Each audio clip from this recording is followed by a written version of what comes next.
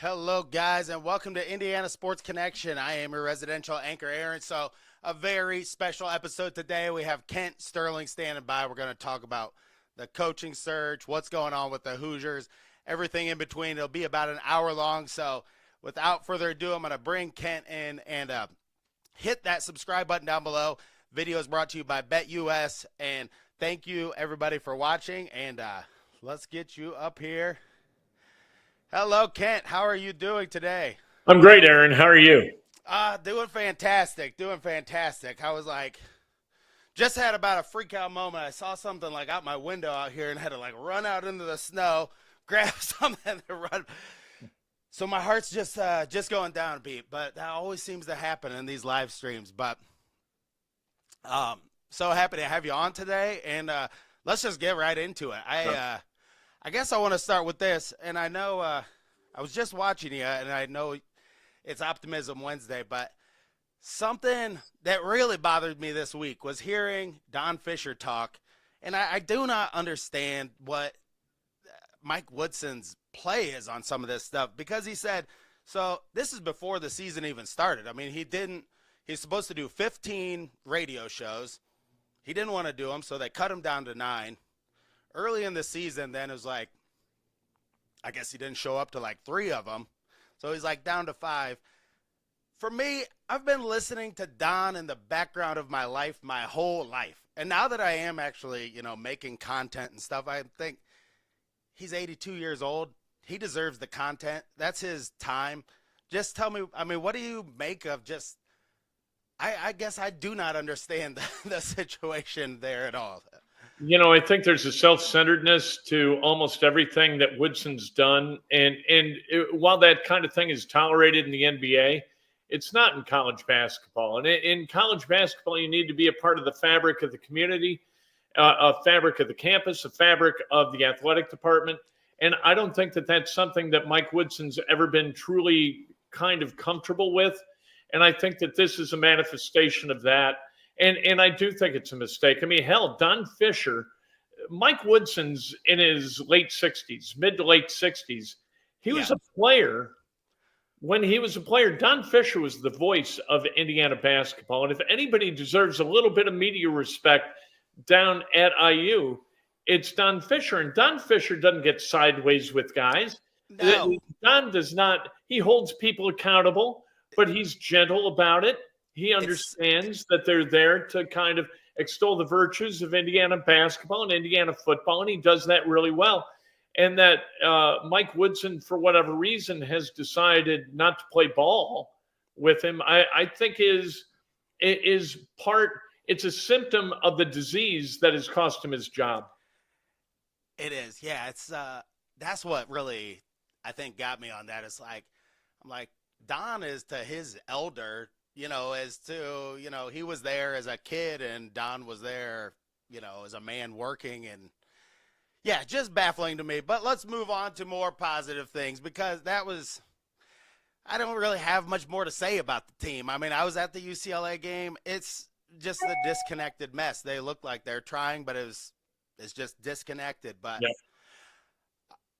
If you were going to put a percentage on it, Dusty May, what do you think the percentage chance is that he comes to Indiana?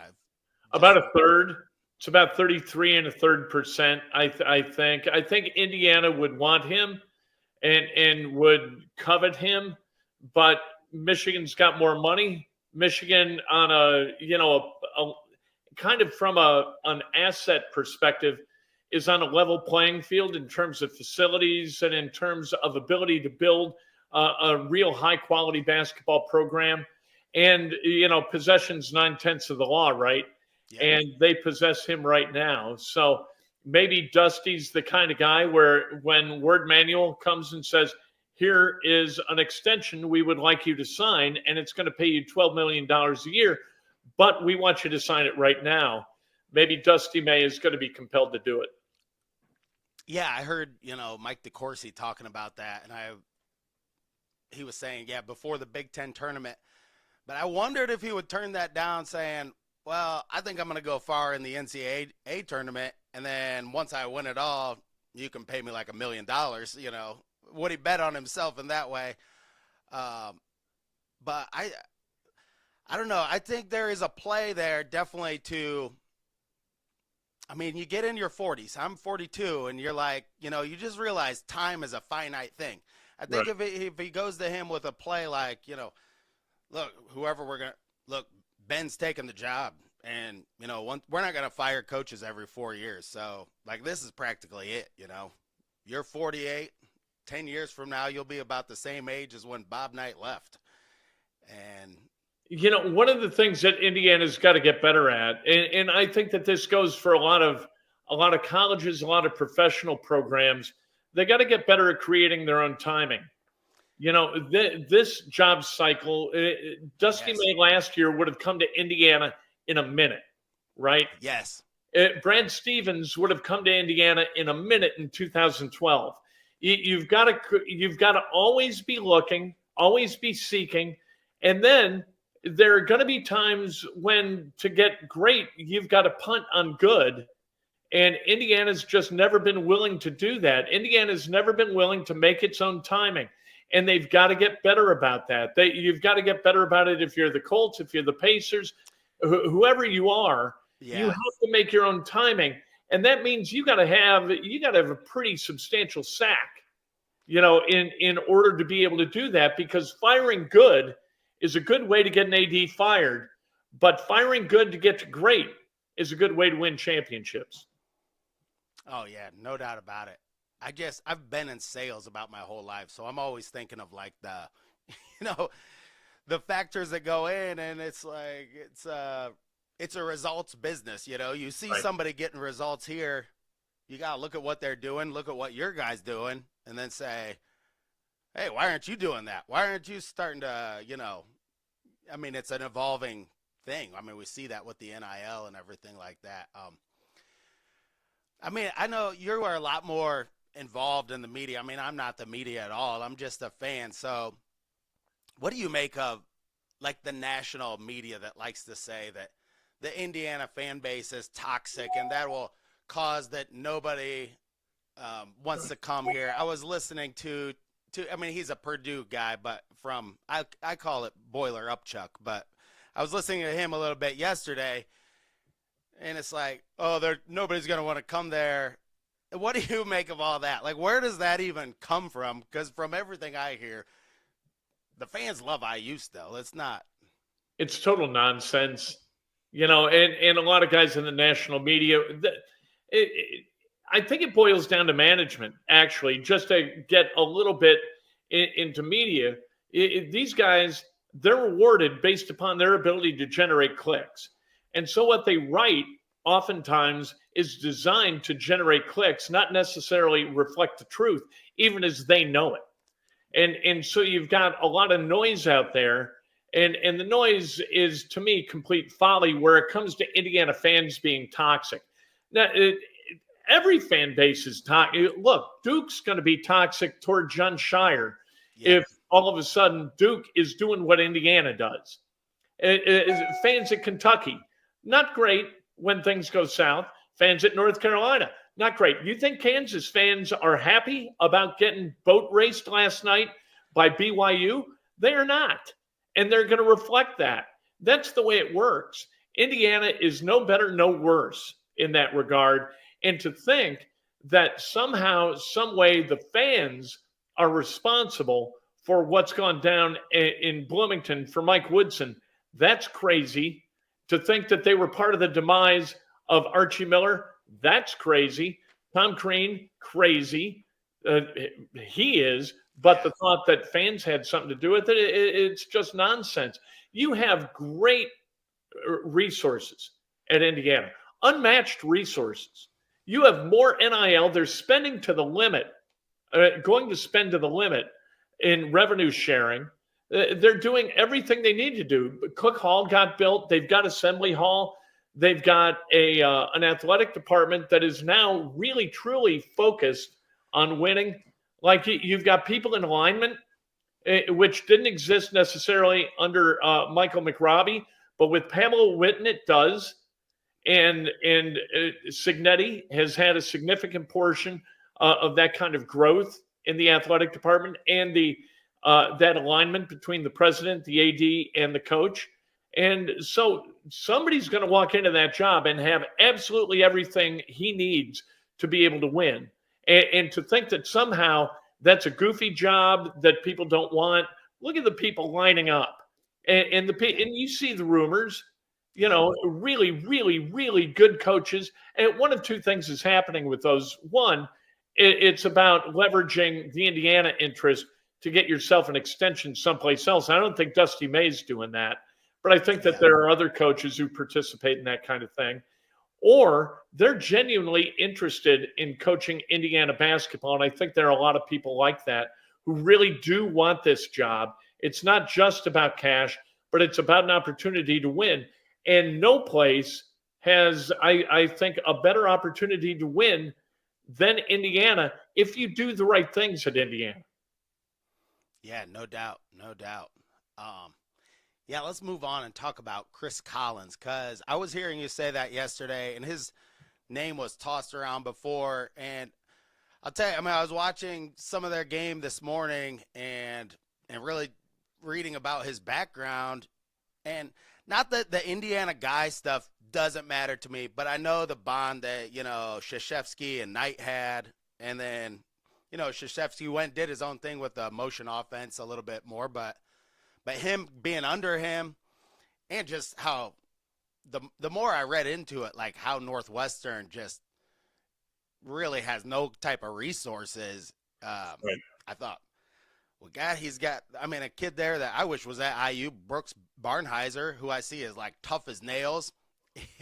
He's able to get a couple guys that can really, shoot from the outside. And they play, if you're at a school like that, you're not going to get the elite big guys, Right. You're going to get what's left over. So, yeah, where is he on your list? Like, if you were going to go down through, where would he be on Kent Sterling's list? I really like him. The traits that I look at in a coach, and you mentioned Barnheiser. He got Bryant McIntosh, too, from Greenfield Central a few years ago. And Bryant McIntosh was huge in how that program kind of blossomed a little bit and wound up in the NCAA tournament for the first time, maybe ever. But Chris Collins is like a normal human being. He's not one of these, like Mick Cronin is a crazy person who is completely self-immersed and odd. I don't need that kind of energy at Indiana. I don't need a guy who's going to come to Indiana and it's going to be the University of Mick Cronin. Yes. In the way it was the University of Tom Crean. I don't want that. I don't play that. But Chris Collins is a normal guy. He understands basketball. He played for Krzyzewski. He coached under Krzyzewski. And I don't really care about the Knight tree so much, but I just like the guy because he's a normal human being. And I would like to see Indiana employ a normal human being as a basketball coach again, or maybe for the first time in a really long time. And I think Collins is kind of that dude. And if you can go to Northwestern and you can win, you got a chance to go to Indiana. You at a place like Northwestern, or I'll even extend this to like Purdue. If you don't understand fit, you can't win there at all. You have no chance. You've got to have a roster that fits together, and you have to prize that, and you have to recruit to it. And Mike Woodson hasn't done that at all. Archie Miller was better at it than Woodson. He just goes out and gets the best players that he can buy with NIL, cobbles them together, and hopes that somehow they come together and they play well as a unit. That hadn't happened, not at all, in the 4 years that he's been the coach. I think Collins comes in from day one, understands that, and starts to build toward it. Yeah, no doubt. I like how he coaches guards. As much as I didn't like Boo Booey or some of these guys he's had, but being able to coach the guards and elite big guys, that's going to be there, but you got to really know and get the movement on the perimeter. And, and you see that out of his team. Good passing. And the other thing that struck me about him, and I guess I knew this, but he has such a common name, but his dad coached the Bulls in the 80s, right? Didn't He coached the Bulls before, like, Phil Jackson and everybody came in. Yeah, he was the immediate predecessor of Phil Jackson. Yeah, and guys, that was what we were talking about before. You talk about going from good to great. Like, people in Chicago, I was in Chicago then. I was like, what? You fired Doug Collins? What are you doing? Doug Collins was on the precipice of going to the NBA Finals. They hire Phil Jackson, and all of a sudden you go from here to there, and you wind up winning 6 rings. Yep.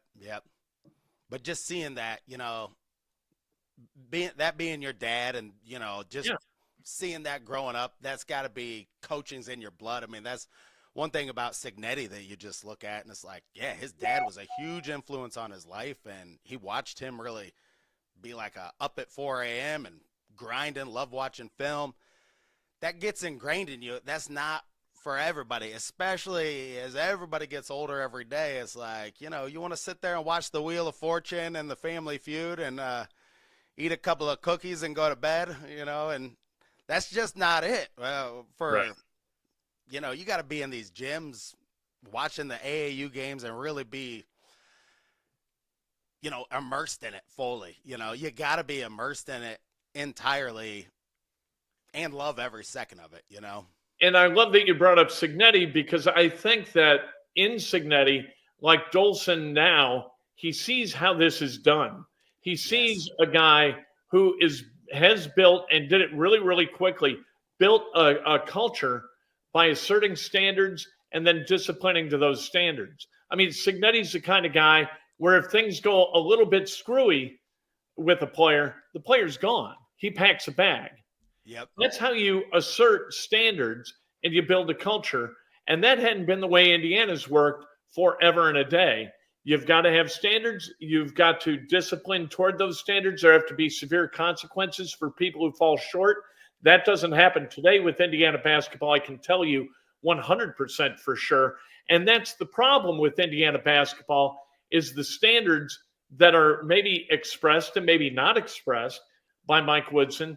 There's no follow through with any kind of discipline or any kind of consequence. And so you've got this drifting amoebic program that shows up some nights and doesn't others. That doesn't happen with Cignetti.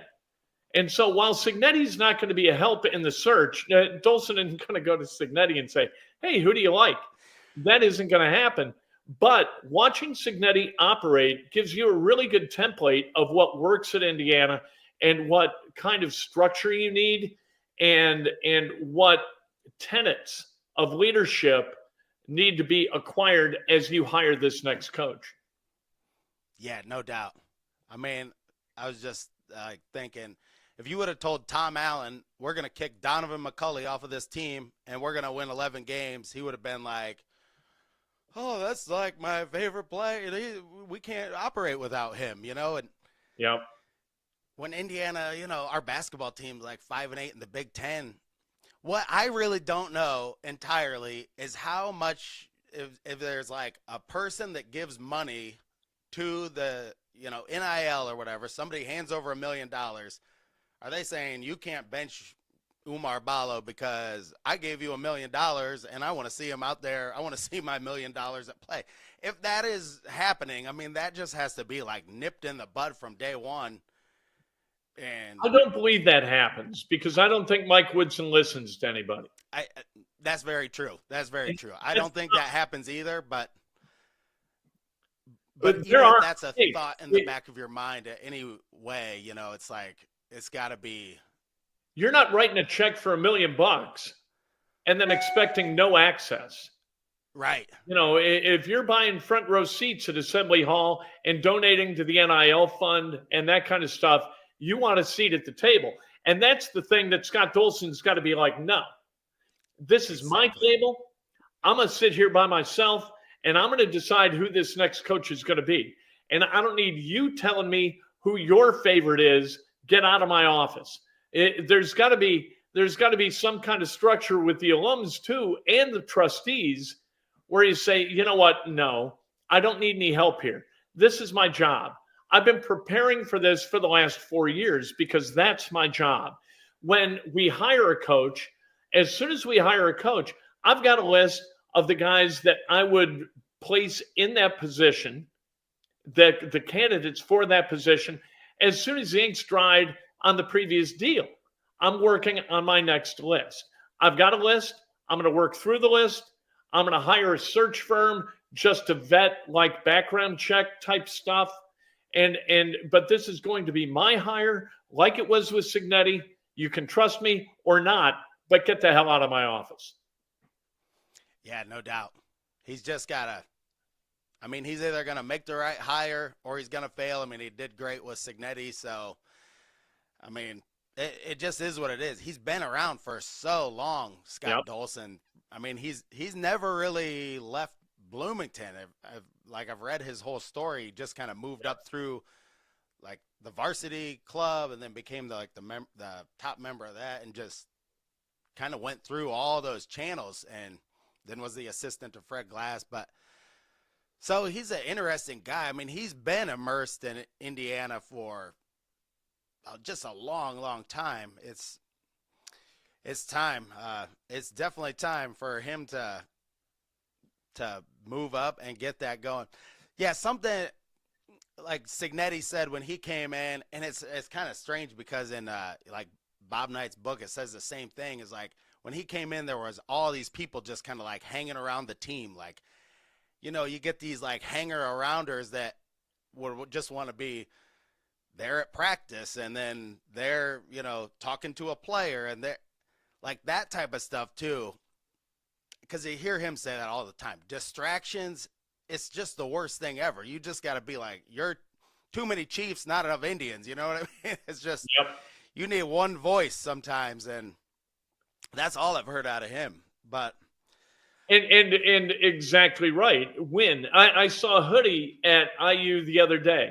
I'm on Kirkwood at a place getting a burrito, and it was an IU football hoodie worn by a member of the IU football staff. And so it's IU football on the front, and on the back it was W-I-N. It's not win the right way. It's not love each other. It's not that crap. It's win. Win and only win. Anything that diminishes the focus toward that one singular goal is going to cost you in the Big Ten because there are teams that don't indulge in it. Ohio State is not trying to win the right way and love each other.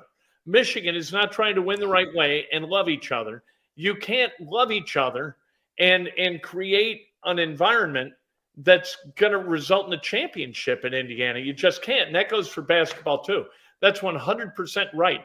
And if that means that, let's take one of my favorites of all time, Xavier Johnson.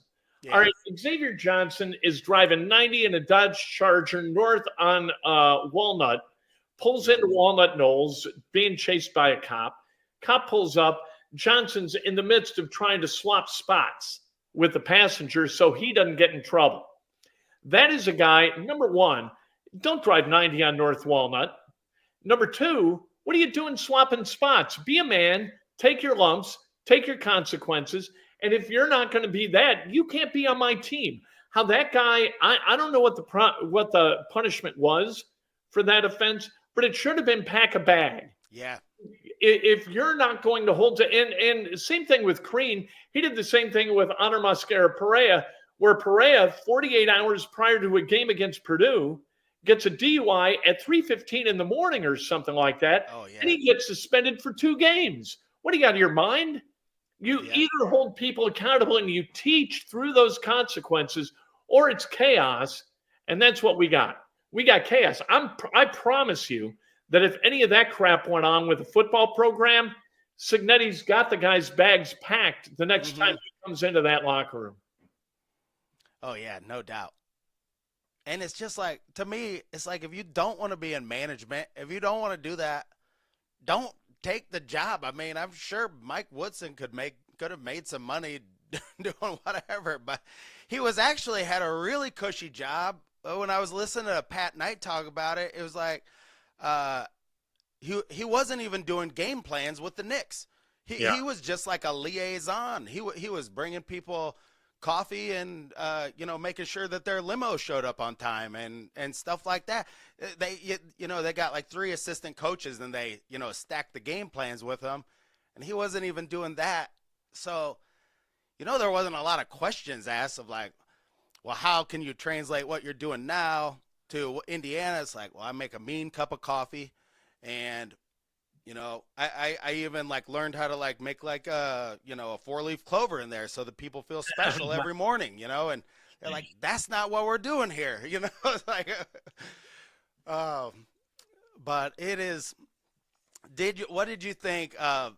And I just want to get your take on this because I was watching the Peacock last night and like Michigan State, and this is where it's like age has nothing to do with it. I mean, Tom Izzo has that team just like they just play balls to the wall every second, and they don't have some great talent or anything. Although that guy Carr can just like fly.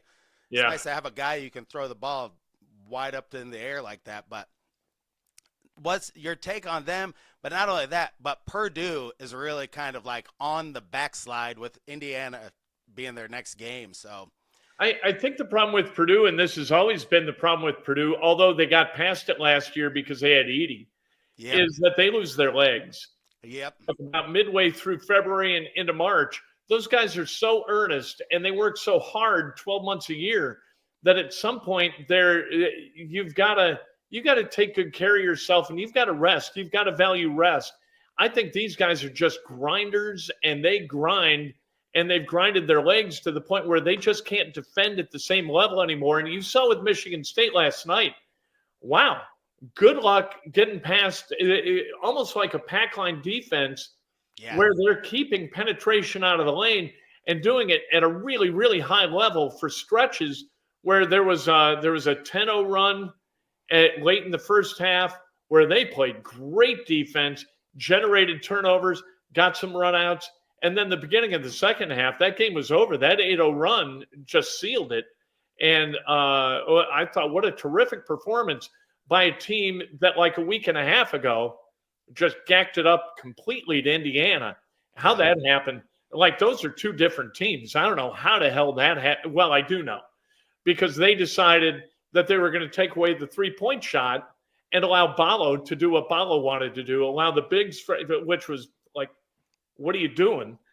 But last night, like they went to work. And it was kind of fun to watch. I really like watching Purdue because I like Matt as a coach.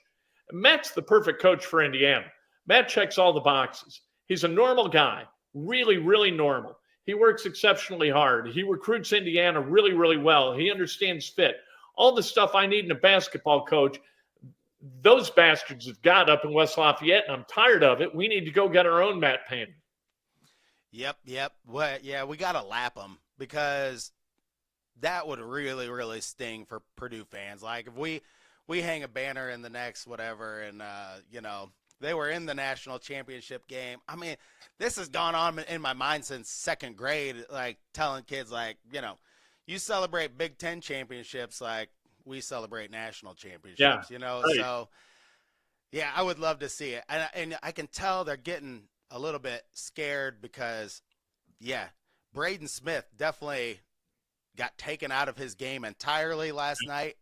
And actually, Indiana, he looked like a shell of himself in the first half against Indiana. And I know he's about the best guard in the country going right now, but it just shows you need components, not having that big guy component to go to. Also, I think Lawyer is a liability on defense, and that leaves a hole in your team where teams that have a two guard that can really take him, just really get physical with him. Because, I watched him and, Goody went to high school right over here at Homestead. So I watched him a lot in high school. And I thought he's going to play in the Big Ten. He's like so skinny and small. He's a great shooter, but that's just, where I'm at with them. Purdue, I thought early, everybody thought they're going to win the Big Ten again. But that's much now. And look, it's Michigan and Michigan State are exactly what we want Indiana and Purdue to be. They're fighting it out at the top of the Big Ten. And to watch that happen up there where, people want to play football more than they want to play basketball in most parts of that state. I think it's just kind of embarrassing. And we can, by hiring Dusty May, we can attack it at the root cause. We can take their coach and bring him back home and have him build for us what he's trying to build up there. And that would be galling, wouldn't it? I mean, to have Painter, who should have been an Indiana player, Painter at Purdue, Dusty May at Michigan, and like Brad Stevens running the Celtics. We got Indiana guys all over the damn place, and none of them at Indiana. What are we doing? Or not the right one at Indiana. I mean, you could have Dane Fife being the coach of like Michigan State. I mean, he was in waiting there for a long time and sacrificed to come to Indiana, and we see how that turned out. Let's turn to just talk about this year's team a little bit, because this year's team, did you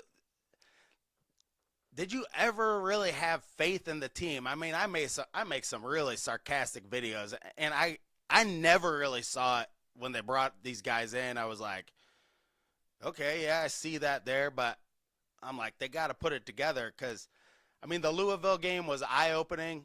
Yeah. But when was the point when you really thought, this team, they're just completely out of sorts, and it's completely gone off the rails? Yeah, that was in the Bahamas. And I was like, okay, and what really tripped me up was the South Carolina game, because they looked awesome against South Carolina. Miles Price, I tweeted after that game, I said, this guy is the most talented point guard that Indiana's had since Isaiah Thomas. And that didn't age so well. But that was the point at which it happened. But I thought, when you bring together a conference freshman of the year, a conference player of the year, and it's a Power 5 conference, right, with the Pac-12, what used to be the Pac-12, you go out and get a guy. I'd never seen Kanan Carlisle play, but I had heard things about his play that made me think that he was going to be something other than what he's become. And you had guys like Galloway and Leal and Renew and Mbako coming back. You've got Ballo as an anchor in the middle. Like, I wondered how they were going to defend, but I didn't think they were going to have any trouble scoring points. And they just, sometimes it's adversity that brings a group together. I don't think that they've had any adversity, because I think they're all there for the cash. I don't know that. I haven't talked to these guys and assessed like where cash is in their priorities. But I think they came because Indiana offered the most money. And so if you're motivated by cash, adversity in any other realm is really going to be kind of meaningless to you. And so this group has never really come together. If you've got Trey Galloway getting $750,000 this year to play basketball, and Ballo getting 1.2 or whatever he's getting, Renew getting whatever he's getting, they're just happy to get their bags, and winning is not the route to getting their bags. So what the hell do they care? Exactly. Well put. It's just, I don't know. I was believing in this team, and the South Carolina game had me pumped up as well. Yeah. I mean, I watched that. I thought, okay, this is like against a better competition team, because their first games against some weak competition, I saw a lot of laziness, and I saw a lot of things that I thought, well, to me, it's not about, it's about every single possession. It's like looking at it in a vacuum of like, what happened possession by possession, and if you're not getting back on defense, then you don't even have a defense, like so. And then if you've got a coach who's going to say things like, well, I got to get these guys feeling good about themselves. To me, that's the last thing you want. I want them feeling like crap about themselves. I want them looking in the mirror and saying, my God, what do I have to do to be a part of a winning team? Clearly what I'm doing now is not that. So what can I do? What is it about me that's causing the distress for this team to exist in the measure it does? And that just never happens with a coach who's always trying to make you feel good. Same thing with Tom Allen. Love each other. Really? That's the recipe. That's all it takes. is love each other. Okay. It's crazy. Yeah. And then Woodson, kind of the same deal. I got to get them feeling better about themselves. No, you got to get them feeling worse about themselves. Yeah. You got to make them feel like they're the scourges of the universe. Now you got their attention. Tell them how they need to play. And the first time somebody defies that, pack a bag and get the hell out of there. I'm going to run with my other 12 guys. Yeah. I mean, you don't become gritty by sleeping in and eating pancakes every day and having money in your pocket. You don't become gritty doing that. You become gritty by, your dad's like a steel worker and he just doesn't take any crap, It's like right. You find guys like that, Yeah, you don't find them at the upstairs pub. Yep. That's not where they are. And you do find some of these guys at the upstairs pub. That's what Hillman revealed the other day was that, his daughter was a waitress at Kilroy's, and he's like, they're there all the time. And I feel like, if he's saying that, and he said, way back when, guys went to the bars in the off season, never during the season though. Because kids, you get it. It's like kids, they want to have fun. You can't be completely, hard ass all the time, but yeah, there is no accountability in Hoosier land. And when there's booing at Assembly Hall for specific players, and people get upset, people say, "Oh, poor this guy or poor that guy getting booed." Those students know.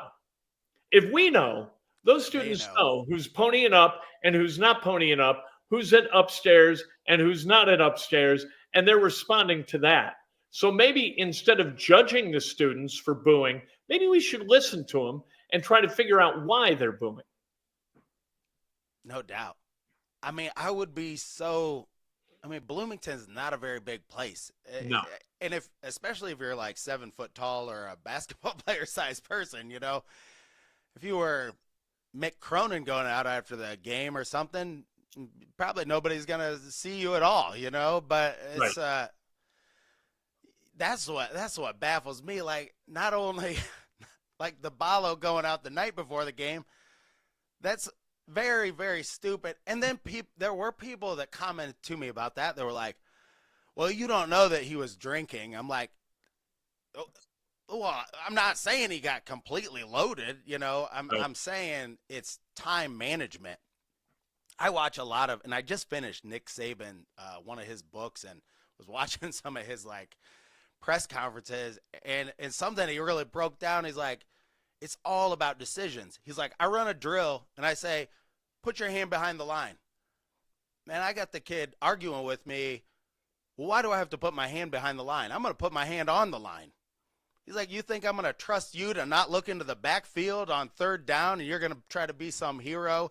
He's like, explain to him, it's about choices and decisions. It's not about I was right or wrong. I was helping my friend or whatever. It's like, put your hand behind the line, and there are no little decisions and there are no little choices. Absolutely. And that's how you win championships. You're about the details. And Mike Woodson is not about details. And so he's going to have to do something else for a living next year, or go down to Naples or wherever and enjoy the fruits of what it appears his labor has been over these 4 years, and the next $8.4 million he's going to get, because that's the way his contract's structured. And apparently he gets paid all of his money, even though, he's contractually obligated to do these radio shows and things, but then, like, he doesn't get fined. The players don't get fined. That's where the next level's got to come in, where you find these players. It's like, and you just say, hey, you were out last night. Not only are you not getting paid, but here's go to the airport right now. It's like, exactly.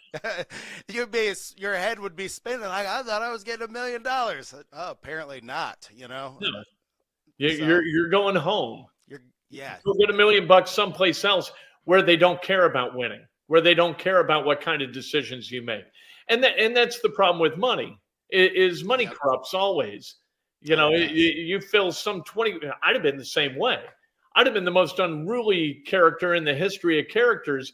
Give me $1 million as a junior in college, and good luck trying to discipline me and keep me within some kind of constraints anyway.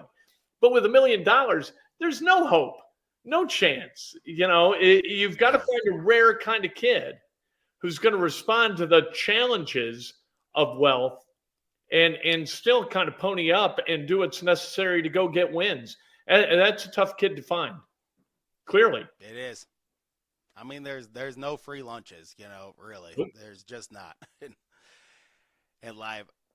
I found this article, and I was reading it the other day, and it's from 2014, and it was talking about the reason why Mike Woodson, and I read this way back when he got fired from the Knicks, but it was like saying even back then he got fired from that job because he refused to look at any type of statistical breakdowns.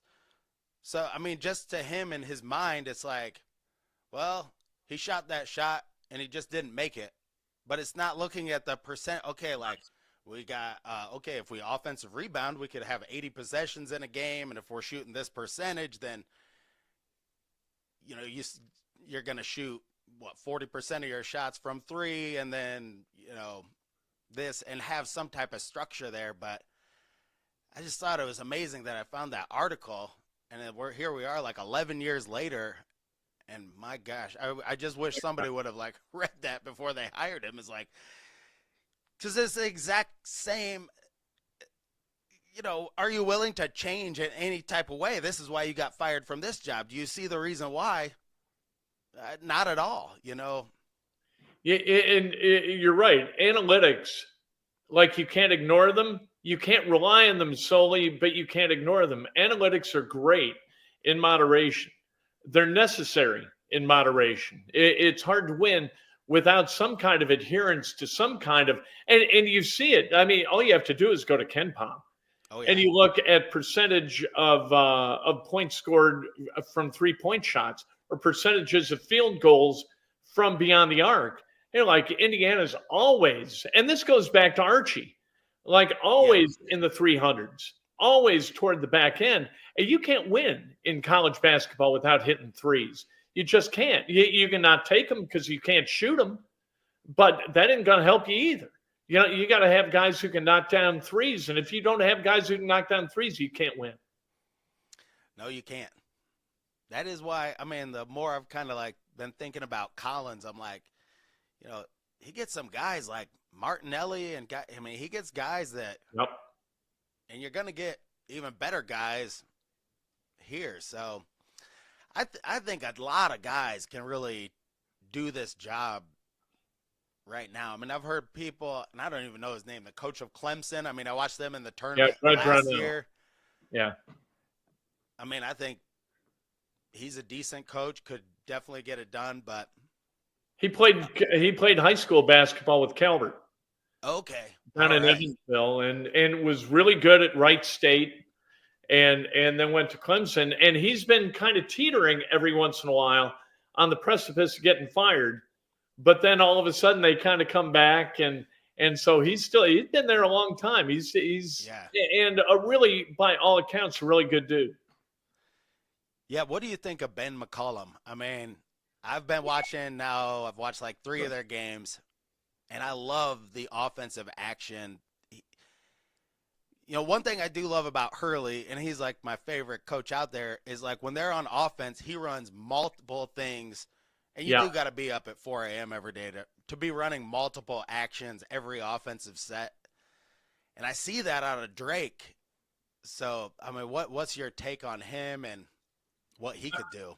I've watched him play twice. On purpose to kind of try to get a feel for what they do. I watched them play against Murray State. They won that game 55-45, and nobody scored. Drake's defense was really, really good, but they couldn't score. Yep. And then I watched them play Bradley over the weekend, and the last 4 minutes, I don't think they had a field goal. And so they lost to Bradley. And then, Dan Dokic's son is an assistant at Illinois State. So Dan watched Illinois State and Drake. Drake scored a bunch in that game. I think they scored in the 80s. And Dan was like, I love this guy. I love what he runs. The defense is terrific. I was like, I've watched him play twice. They don't score. They can't score, and they take at one point, they were taking 24 seconds per possession. That's way too slow, but it's not what they do all the time. And so I've got to catch Drake to, like, at least in my own mind, have a decent evaluation of Ben McCollum. I got to watch him play a game where they're running a little bit, and maybe it shows what he'd be able to do at Indiana rather than what he has to do at Drake. But it's just, it's been sort of the luck of the draw where I picked two games to watch where they've just been kind of inert offensively, despite running really good stuff. But defensively, like, they get after it. But you can't have a guy at Indiana who's going to want to win like, Greg Gard used to. This year's a little bit different. You can't beat teams 44-42. Yeah, that can't happen at Indiana. No. Yeah, I just thought, I mean, what really I think sparked in my mind about why he puts more people in motion in his offense and tries to, really make the defense work. And I mean, when I was at the game the other day, you do hear, because we got two guys that just stand in the corner the entire time. Then, I mean, that only leaves you like three guys that are really trying to operate between one guy setting a pick and then trying to get really a floater or a lob. And everybody around me just is screaming, move. Why is he not moving? And you can, not that the fans, really pick who's going to be the coach, but it's like, we're used to seeing that type of offense. We're used to seeing there be movement. I mean, shooters got to, even if you're just going to switch the guys, have them run baseline and switch spots or something. But and that's what happens, when you have a guy that you hire and you try to portray him as a Knight protege. What our expectation is that we're going to see motion and we're going to see nothing but man. And we have seen a whole lot of man-to-man and not so much zone, a little bit of zone. But offensively, I just don't think any of this works. It's an NBA-style offense, like you said, with guys in the corners, spacing the floor. And when he played, and this went on for weeks, where when Renew came back from the injury, they're playing Renew, Mbako, and Ballo together. Yeah. You can't play those three cats together. You are going to lose every single time. If all they did was look at the plus-minus, where those three guys were on the floor, it was absurdly advantageous to the opponent. And he just, until this last game, he refused to change and alter what they did. And finally, they kind of got it. But my God, I mean, you've got to outcoach Rick Venturi, who's the radio analyst for the Colts, and a longtime NFL coach. Yeah. That his dad always told him, your first responsibility is to outcoach the fans. You've got to outcoach the fans. Yeah. And Mike Woodson's not outcoaching the fans. That's what gets your ass fired. Oh yeah, it does. It's it is nuts. But it's hard to see. Yeah, what type of style somebody would bring in here. The main thing about those guys that I see when I watch them in person is like Mbako and Renew, especially, and Ballo. Their reaction times are so slow. I mean, It's like you see these guys react like a sloth. I mean, even in the last game, there are times where it's like Renew turns the ball over or whatever. I mean, he about reacts like, are we running to the other end now? And it's like, well, now the play's over. It's like, I couldn't get to the other end because it's like, I mean, that is what just, I think that infuriates people to see that. And it's like, man, get some. I mean, everybody's played basketball at the YMCA and played against even somebody that's like just super engaged in what they're doing. And yeah, I don't know if those guys have it or not. 'Cause, like they need to. I I don't don't know if know. they've been taught it Yeah. or have it. The next time Mbako gets in a stance off the ball is going to be the first time. That guy, and you see teams that really prepare, that they game plan specifically for Indiana because they expose Mbako defensively Oh again yeah. and again and again and again. All the action that they run is around, over, and through Mbako, like every possession, and that's the gold mine. That's why they're 6-9 in the Big And Ten. Mbako doesn't defend. I don't know whether he can or can't or doesn't see the game correctly. I don't know, but Renew's also yeah. not a quality. He gets lost all the time. How about Mbako? The last game, there's an inbounds out of underneath. Yeah. And Mbako's just staring at his guy, has no idea where the ball is, and they just lob it over the top for an uncontested layup. What are you Yes. doing? Where did you learn your craft, for God's sake? I know it's like almost like they want to be clueless at Yeah. times. It's like, well, if I'm confused here, nobody's gonna hold me accountable. I'm just a little confused on what's going on. Yeah, I thought it was crazy in one of the last huddles where Luke Goody, and he's one of the only guys that plays hard, but it almost goes unnoticed because everybody else is just so bad. But he was telling everybody in the huddle, I told you to Mike Woodson was ripping Trey Galloway. They went over to a huddle and it was just all infighting. And Luke Goody's, you could just see he's saying, I told you so. I told you that was going to happen. And It's chaos.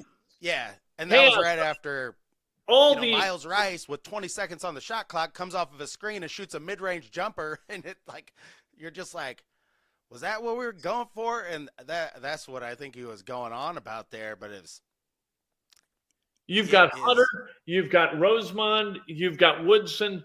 All these guys are yammering incessantly at all the players simultaneously, and nobody's message comes through.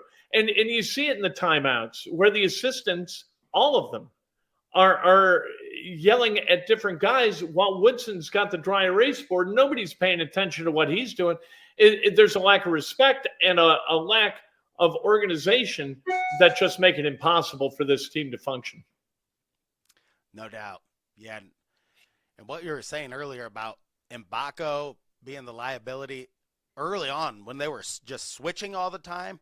Yeah. Teams would just run actions out top until Mbako got switched onto somebody and then just drive him immediately. And, he'd just, be completely out of position like always. And I couldn't believe how long that went on before there was any type of change made. I mean, it is wild. It is wild. I know a lot of people I've heard people say, well, Tom Crean was doing great, and Indiana fans, they ran him out of town. But, tell them, I'm sure there's a lot of crossover here, but it's tell everybody, what was it about Tom Crean that really, he burned his bridges?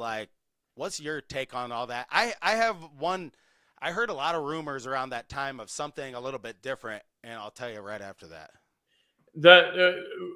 What people always said about Tom Crean is the longer he was on a kid, the longer he was recruiting a kid, the lower the probability that the kid was going to come to Indiana. He just wore people out. And he did that with his team, too. You saw it in 2013. We talked about Purdue with dead legs. 13, and you saw it happen against Ohio State. Their legs just went to jelly, and they never got him back. Because he doesn't understand from the perspective of being a player, because he wasn't one. He doesn't understand what exhaustion is like. And he doesn't understand what it looks like and how to prevent it, how to give kids a blow once in a while, how to do what Knight did and shorten practices down to 20 minutes or 30 minutes.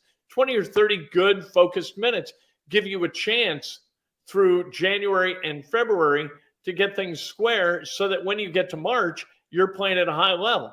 Crean just didn't understand that stuff. And when Crean, we talk about out-coaching fans, and this was personal, they played against Wisconsin. And Crean made a switch where he brought Austin Etherington in to defend Frank Kaminsky. Like Bo Ryan brought in Kaminsky, and Crean brought in Etherington, and Etherington went straight to the block, or Kaminsky goes straight to the block. Etherington fouls him. Kaminsky makes the bucket, makes the free throw, and it tied the game. What Crean wanted was for him to not get the ball outside the arc. And so that's what Etherington's job was to deny that. Anyway, I thought it was ridiculous. And after the game, I ran into him out at center court. He'd just gotten done with a radio interview. And I say, hey, walk me through this. And he walked me through it in the most ridiculous way. And I was like, you thought that was going to work? Like, I didn't know what else to say. I didn't want to insult him, but I was like, really? Yeah. That's why? And he did that kind of crap all the time. He complicated winning. Yep. Bob Knight was always about don't complicate winning. Tom Crean couldn't wait to complicate shit and have people be unable to execute his genius plans, and so they get beat. It drove me crazy. I couldn't take it. Right? Just keep it simple. I mean, the Syracuse game is a huge reformation on his coaching because you got to get the ball right to the middle of the key there and then make a pass to baseline. And it just didn't seem like that's what they were trying to do. They stayed on the perimeter and just kind of beat their heads against the wall. Yeah. Where he flashed Zeller to the middle once and got him the basketball. And he's the perfect guy. Yeah. In the middle of a 2-3 zone and attack from there. Either he's going to hit the 15-footer, he can put it on the deck, or he can distribute. It was, I can see that game in my head still. I know. Because all I was thinking is like, get it to Zeller, and then, you got to just have Oladipo, like, run streak baseline or something, One rumor I heard about him, and I heard this from several people, was that he was, like, driving people away. Players that would come in, he would be, like, so much about telling them, like, about religion and you got to go to church. And I'm a religious guy, but I just feel like, you keep your house to your house and, people do what they do. But that was just one thing. And, I mean, I know he took things to extreme levels, so it just that seemed like it was, like, true. But, yeah, and that's him. Yeah, Cody Zeller's parents told him, like, look, stop calling our house. Like, we're coming, right? If you want to have dinner sometime or something, we can talk. But, like, I'm at home after work, just relax, okay, a little bit. And then we have Mike Woodson that doesn't even know Flory Badinga's name in a thing, is like, doesn't even know the Indiana Elite guy's name. And didn't know Dane Fife's name. Didn't know, yeah. Had to have a manager. Manager goes, coach, his name's Dane. He went to a national championship game here. Oh, called him Dan Fife. I mean, that's pretty disrespect. I mean, God, yeah. Yeah. I am so happy that this roller coaster ride is over. I mean, I was pleading all last year, just fire this guy, get Dusty May right now, because now the time is now, and he's coming in. But let's hope. Well, yep. So, well, Kent, thank you so much for coming on. I know you got to go, but I appreciate your time, and hope we can do it again, like, from time to time. But thanks for and everybody, subscribe to Kent's show, Breakfast with Kent. I'm sure everybody that's watching this one, but share the video and everything like that, because the hardest working man in Indianapolis sports, right here. 2 shows a day, the radio show. That's a lot of content. Yeah, I'm the Tom Crean of Indianapolis media. That's what I am. I'll outwork anyone and drive everyone crazy while I do it. Well, I appreciate it, Well, thanks you so much. I appreciate it, Aaron. Thanks. No problem. Well, have a great rest of your day, and stay classy out there, Hoosier fans. Thanks, Aaron. Bye.